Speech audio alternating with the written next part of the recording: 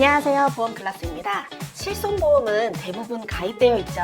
많은 분들이 가지고 있는 상품인 만큼 병원을 방문할 때마다 매번 청구를 하는데요. 내가 무심코 하는 청구에 따라서 내년 나의 보험료가 달라진다면 과연 어떤 생각이 드시나요? 결론부터 말씀드리자면 설계사인 저는 매번 실비 청구를 하지 않습니다. 그렇다고 아예 하지 않는 건 아닙니다. 현명하고 합리적으로 실비의 상품을 제가 어떻게 활용하는지 팁까지 모두 알려드릴 테니 영상 끝까지 시청하셔서 좋은 정보 얻어가시길 바랄게요.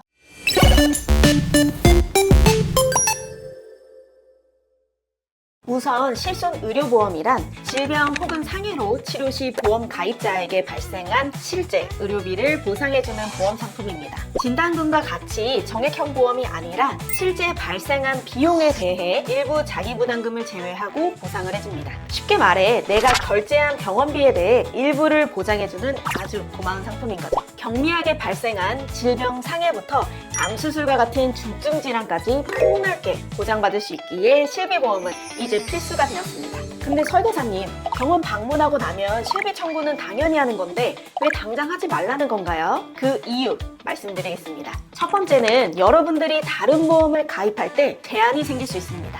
우리가 보험 청구를 하게 되면 신용정보통합 시스템이라는 곳에 기록이 남게 됩니다. 그 기록은 보험사들이 전부 공유를 할 수 있는 건데요. 그렇게 되면 나는 A사에 청구를 했지만 B사, C사에서 그 기록을 열람할 수 있는 거죠. 내가 A사에 청구했지만 B사에 새로운 보험을 가입할 때 어차피 내 병력을 말하고 진행하니까 상관없는 거 아니야 라는 생각이 드실 수 있습니다. 하지만 여기서 중요한 점이 하나 있죠. 청구 이력과 가입 시 병력 사항은 별개입니다. 위의 내용으로 우리가 보험을 가입할 때 일반적으로 보험사에 알려야 하는 병력 고지 사항입니다. 3.15 고지라고 불리우며 3개월 이내, 1년 이내, 5년 이내 질문에 해당되는 게 있는 것만 보험사에 알리면 됩니다. 예를 들어 3년 전에 허리 통증으로 도수치료를 5번 받았다고 해볼게요. 해당 내용은 위의 3.15 고지사항에 해당이 될까요? 한번 같이 체크해 봅시다.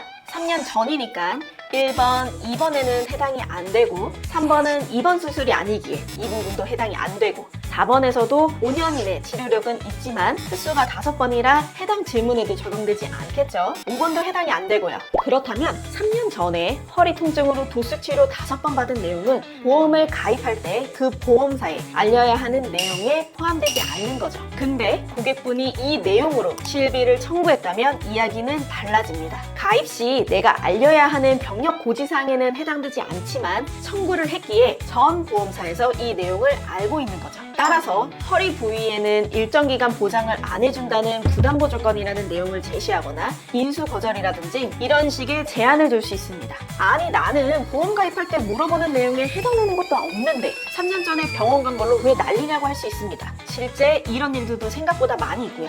우리는 상관없다고 생각하지만 보험사에서는 청구를 많이 하는 고객으로 체크를 하고 가입에 제한을 할 수 있습니다. 그렇다고 청구를 하지 말라는 건 아닙니다. 매달 보험료를 내고 있는데 정당하게 보장받을 건 받아야죠. 그렇다면 제가 현명하게 청구하는 방법 알려드리겠습니다. 보험 청구 기간은 원칙적으로 사고 발생일 또는 그 사실을 안 날 후부터 3년입니다. 그 얘기는 병원 다녀오자마자 청구를 해도 2년 뒤에 청구를 해도 동일하다는 거죠. 청구 서류를 잘 모아놓고 있다가 3년 이내에만 해당 보험사에 청구를 하면 되니 시간 여유를 두시고 추가적으로 보험 가입할 게 있는지 고민하는 뒤 적절한 때에 청구를 하는 게 가장 합리적입니다. 실비 청구를 하기 전에 꼭 알아야 하는 사항 두 번째, 실비보험료 할증입니다. 최근 4세대 실비를 가입하신 분들이 무심코 청구했다가 보험료가 대폭 인상되는 사례가 점점 늘고 있습니다. 그 이유는 비급여 보험료 차등제 때문입니다. 예시로 쉽게 설명드리겠습니다. 4세대 실손보험을 가입한 고객분이 2년치의 의료비를 한꺼번에 모아서 청구를 했다고 하겠습니다. 보험사에서는 해당 금액이 연간 비급여 보험금 수령액의 기준을 초과했다면 다음 연도 보험료를 대폭 할증할 수 있습니다. 고객분은 내가 1년치가 아니라 2년에 걸쳐서 치료받은 내용인데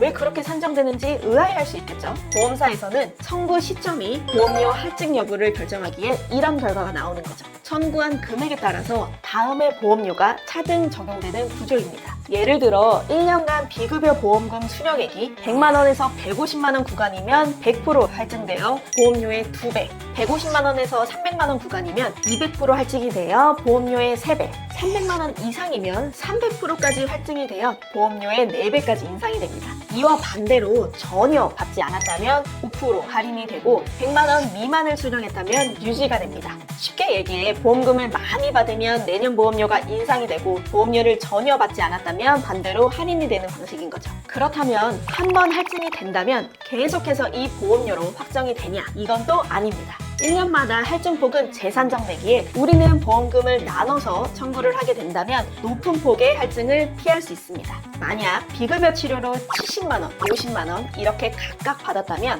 한 번에 청구하게 되면 120만 원으로 100% 할증이 되어 보험료가 2배가 되겠죠. 하지만 70만 원을 먼저 수령받고 50만 원은 다음 산정 기간 때 청구해 수령을 받았다면 할증이 되지 않아 보험료는 유지가 되겠죠. 이렇게 조금만 신경을 쓴다면 당황스럽게 할증된 보험료를 낼 필요도 없고 합리적으로 보험을 유지할 수 있는 거죠. 보험사 앱이나 홈페이지에서 지금까지 내가 받은 비급여 보험금 총액도 조회가 가능하니 참고해주세요. 오늘 실비 청구를 하기 전에 꼭 체크해야 하고 기억해야 할 내용들에 대해 알아봤습니다. 매달 내가 납부하는 보험 상품이니 합리적으로 판단하고 청구하는 게 무엇보다 중요합니다. 관련해서 궁금하신 점 있으시면 위에 번호로 전화해 주셔도 되고 댓글에 카카오톡 채널 링크도 나와 있으니 편한 수단으로 연락 주시면 좋을 것 같아요. 영상이 도움이 되셨다면 좋아요와 구독 부탁드리고요. 오늘도 긴 영상 시청해 주셔서 감사드립니다.